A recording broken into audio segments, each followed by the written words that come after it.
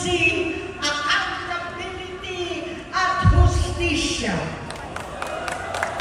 At dahil sa tawag ng sarili kong konsensya, bilang senador, bilang kapatid, bilang Pilipino, bata pa lamang kami ni Bongbong, alam na ng buong pamilya ang problema sa kanya.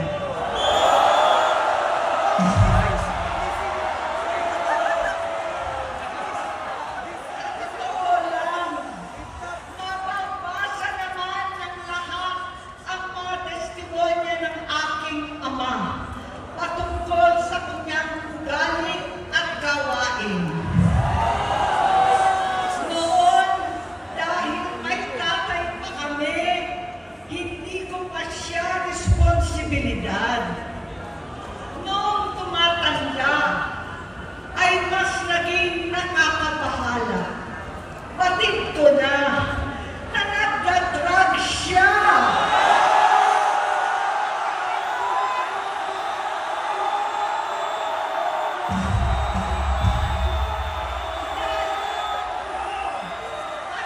Pamilya, nalaman ng pamilya, seryoso ito.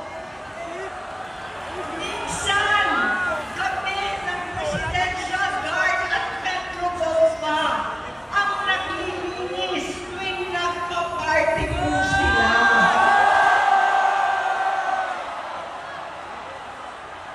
Nabuhay kaming magkakapatid sa ibang bansa. Kami-kami lang. Kinumbinsi ko pa si Bongbong. Pakasalan mo na si Lisa. Naisip ko noon, kapag nag-asawa siya, malalagay na sa tahimik at magkakaroon ng direksyon. Ang laki ng pagkakamali ko. Mas lumala ang kanyang paglulong, magkalulong sa droga.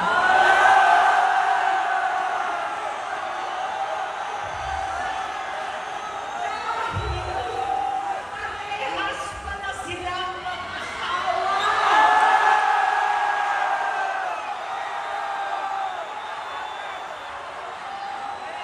Naging gobernador siya ng Ilocos. Alam ng mga tao doon na halos hindi siya pumapasok. Tuwing kukumprontahin ko siya, ay nagsasabi siyang magbabago na siya, aalisin na niya ang bisyo. Hanggang sa may nagsumbong na naman sa akin na sa paggising pa lang sa umaga, kasabay ng almusal, marijuana pala.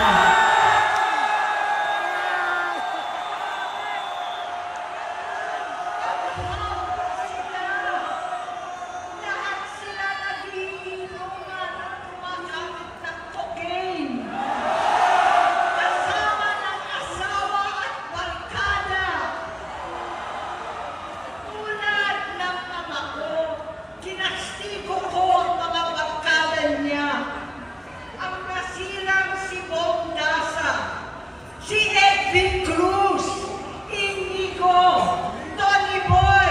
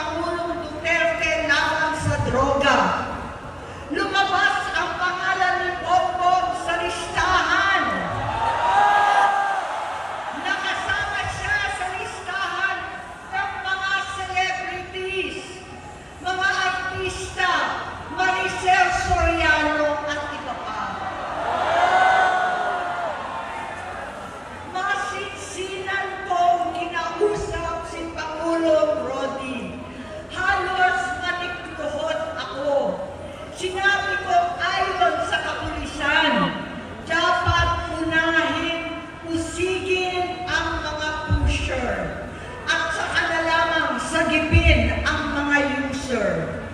Naligtas si Bongbong. Labis ang takot ko at pag-aalala. Kinausap ko siya at nagsabi siyang talagang siya ay nagbabago na. Muli at lagi, hindi ako nawalan ng pag-asa. Ako'y naniwala ulit. Mula noon ang natatanggap ko na lang na balita tungkol sa kapatid ko ay regular na pagpapadoktor. Kaya kumalma naman ako. Inisip ko, totoo, dahil na-opera na ang tuhod niya sa gout. Siguro, totoo na ito. Hanggang ito, nalaman ko na tuloy ang paggamit niya sa mga party na garapalan naghahain ng droga. Pinagmamalaki pa ng mag-asawang kayang-kaya nila ang microdosing ng cocaine.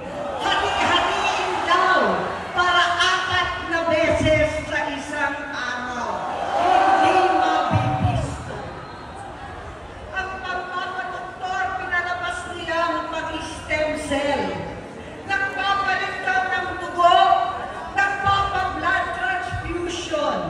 Kayang-kaya raw, hindi ko maintindihan ang pinagsasabi. Noong 2021, kahit papano, nagkikita kami at nagkakausap. Sumumpa siya sa akin talagang hinintunan niya. Naniwala ako kasi sabi niya gusto niyang tumakbo. Ang sabi ko, tutulong ako sa abot ng aking makakaya. Ipinakilala ko si Bongbong kay Inday. Naging magkatandem sila. Pagkatapos noon ay biglang hindi na niya ako ulit kilala. Kahit si Inday, nagtataka, bigla ko na itsapwera. Kahit ganon, nangampanya pa ako para sa kanya. Kahit si Inday na lang ang aking nakakausap. Hindi ko alam bakit ako naabang sa headquarters nila sa Mandaluyong. Hindi ko alam bakit walang nagre-report sa akin tungkol sa kampanya. Sa totoo lang, masakit mang aminin, nung dinidisqualify na siya, halos papaboran ko na sana dahil may nagsumbong sa akin mula sa kanyang campaign team na gumagamit na naman siya. Nung sinabihan ko, siya at mga taong nasa paligid niya, nagkaisa silang tuluyan akong alisin sa kampanya na ako naman ang bumuo. Sinabi nilang gusto ko na siya ay mag-disqualify para ako ang pumalit. Hindi totoo yun!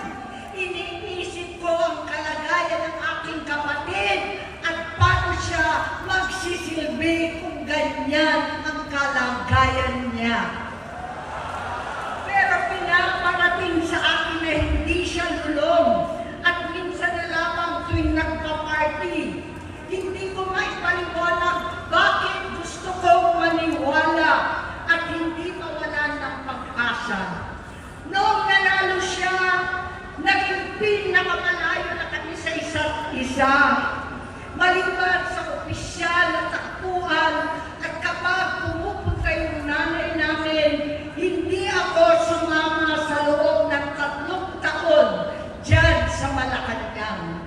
Dahil lantaran na doon ang inuman, ang paggamit nila ng cocaine at mga bawal na gamot. Hindi ba ninyo nakikita, naririnig, kakaiba na siya magsalita. Hindi na maintindihan kung ano-ano na ang sinasabi at wala na sa sarili.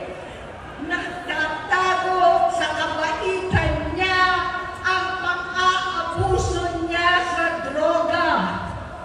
At nagbunga na ito ng mga nakakapinsalang maling desisyon.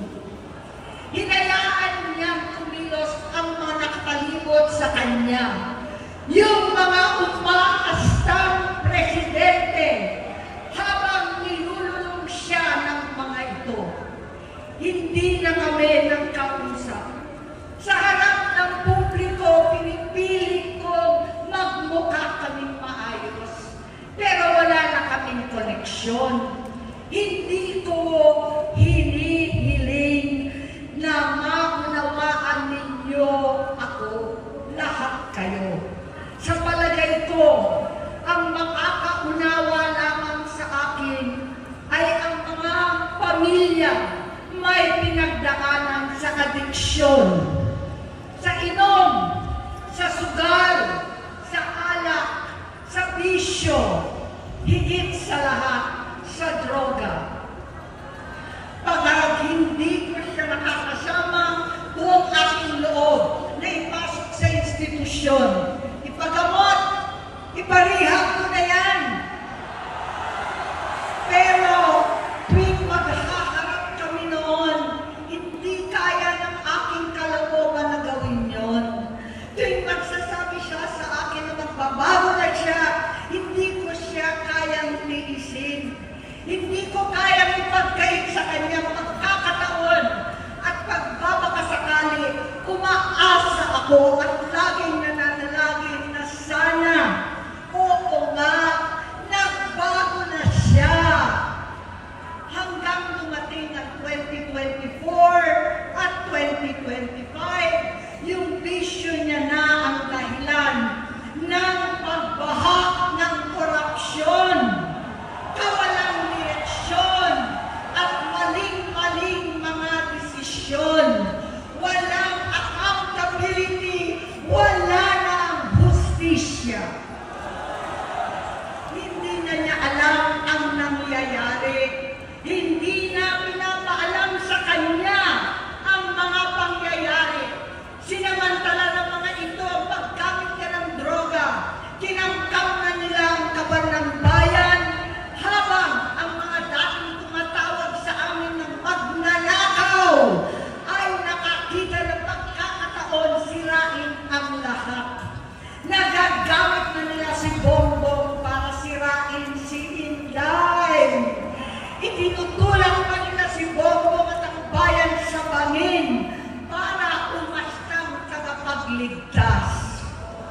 Mula sa pagtraidor at pagpapahamak kay VP Inday, sa confidential funds na kung tutuusin ang galing naman sa opisina ng Pangulo, hanggang sa pagpadukot sa dating Pangulong Duterte para itago na lamang sa ibang bansa. Ang kabaitan ni Bongbong ay naging kalupitan. Karapalan ng pagtatakip sa kanya ng mga nasa Congress, sa Senado, mga miyembro ng kabinete. Kitang-kita na ng taong bayan, wala nang puwang ang kahihiyan.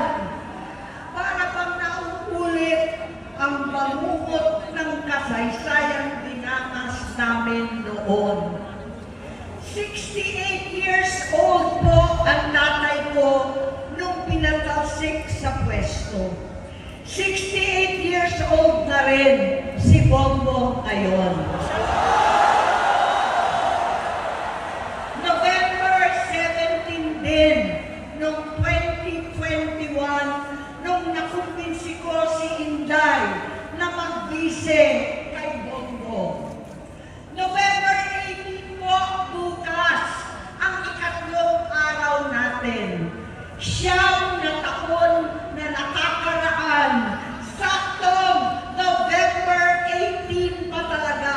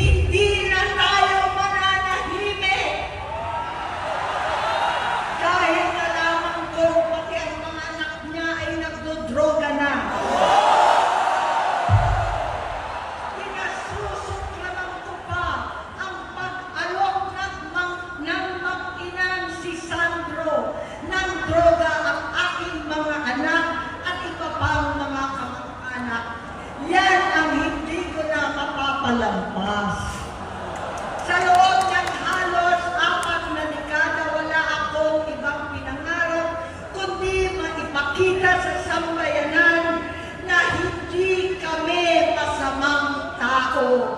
Hindi masama ang pamilya Marcos. Gusto kong ibangon ang dangal ng aking ama. Sa pamamagitan ng nagpagtatrabaho para sa bayan, sinikap kong maging mabuting gobernador, kinakawan, senador. Hindi ako halos nagpapahinga para makapag-iwan sana ng legasiya na kapag sinabing Marcos, nabawi na namin ang tingin sa nakaraan. Ngunit sa kagustuhan kong maging responsableng anak, matupad ang pangako ko sa aking ama, nabigo akong maging mabuting kapatid. Naging mahina ako kay Bongbong. Sa kapulisan at sundalo sa lahat ng mga leader at tagapagpatupad ng batas, siya ang Pangulo natin ngayon. Sinabi ko kung anong kalagayan niya ngayon. Tulungan niyo akong mapabuti ang kanyang kalagayan.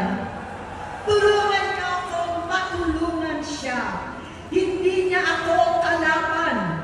Ang kalaban niya ay ang sarili niya. At nadadamay ang bansa sa laban na yan. Bilang senador at lingkod bayan, batid ko ang mga problema at gaya ng bayan, alam ko rin ano ang solusyon.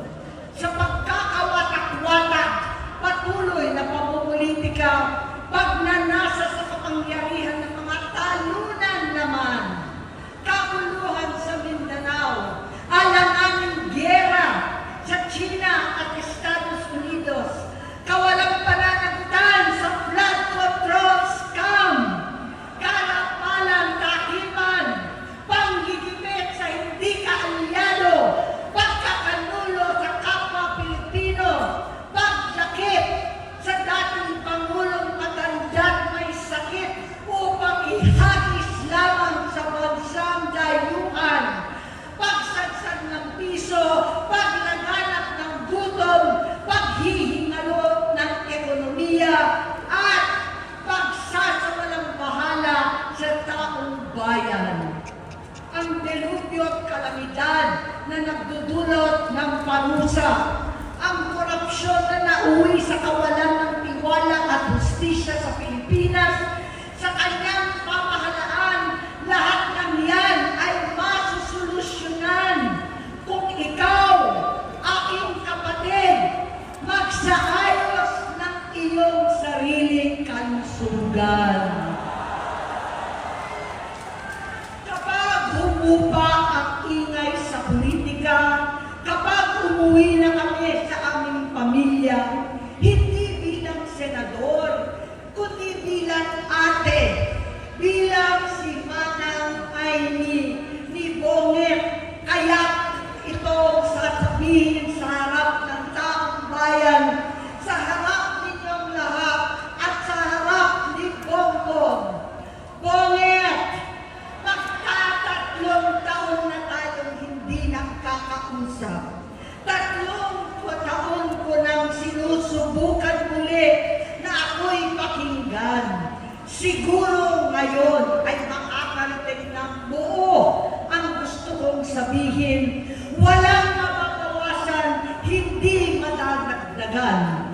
Bongbong, nag-aalala sa iyo si Manang. Tuwing nakikita kita sa TV, gusto kitang puntahan. Napakalaki ng pinagbago mo. Itsura, pagsasalita, takbo ng pag-isip. Minsan, napapatanong ako sa sarili ko, ikaw pa ba yan? Si Bongbong ba talaga yung nakikita ko? Pero ako, aling ko, ako pa rin ito. Ako pa rin ang ate mo na tumayong ama't ina sa inyo sa ibang bansa. Ang kasama nyo sa sumubok na sanggahin lahat ng sakit para sa iyo. Ang kapatid mo na hindi mo kailangan hingan ng tawad dahil agad ka nang iniintindi at tatanggapin dahil mahal kita. Nasa Bagong Tipan, kay Lucas, Kapitulo 17, versikulo 3 hanggang 4. Kung magkasala ang iyong kapatid, sawayin mo siya. At kung siya'y magsisi, patawarin mo siya.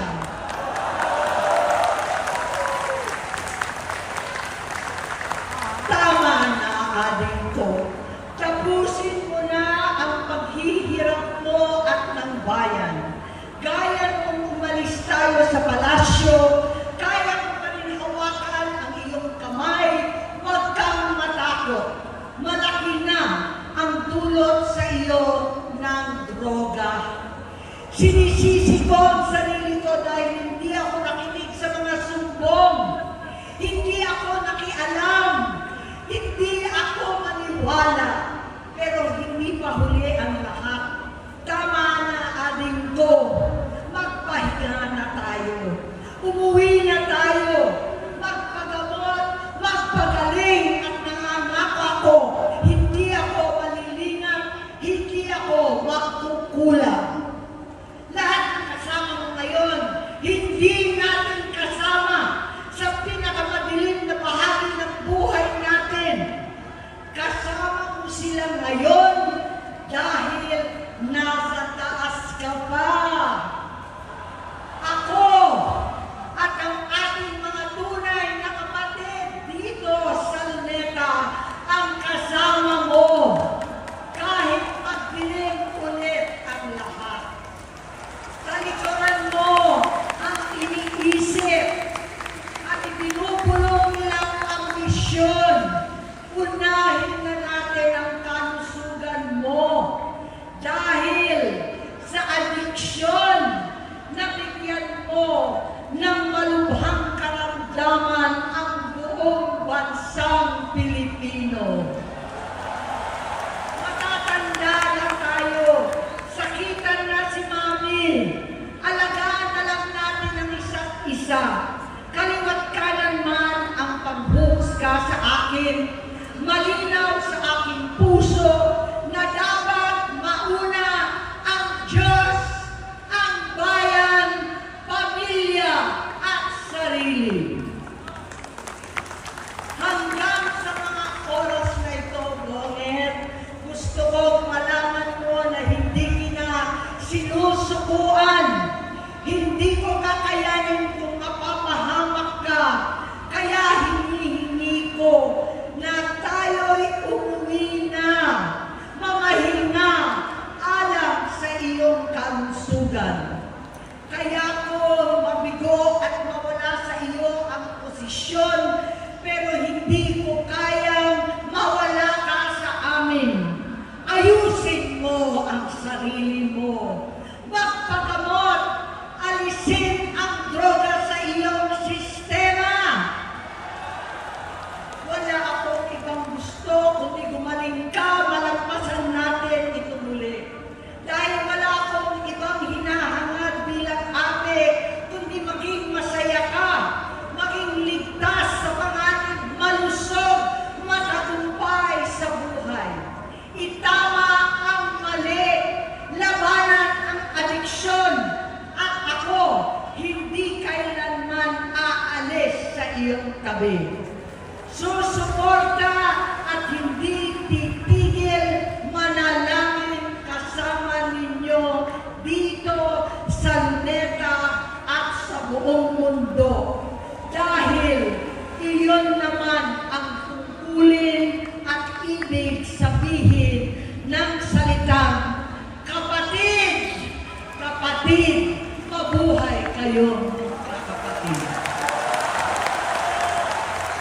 Maraming salamat po, Senator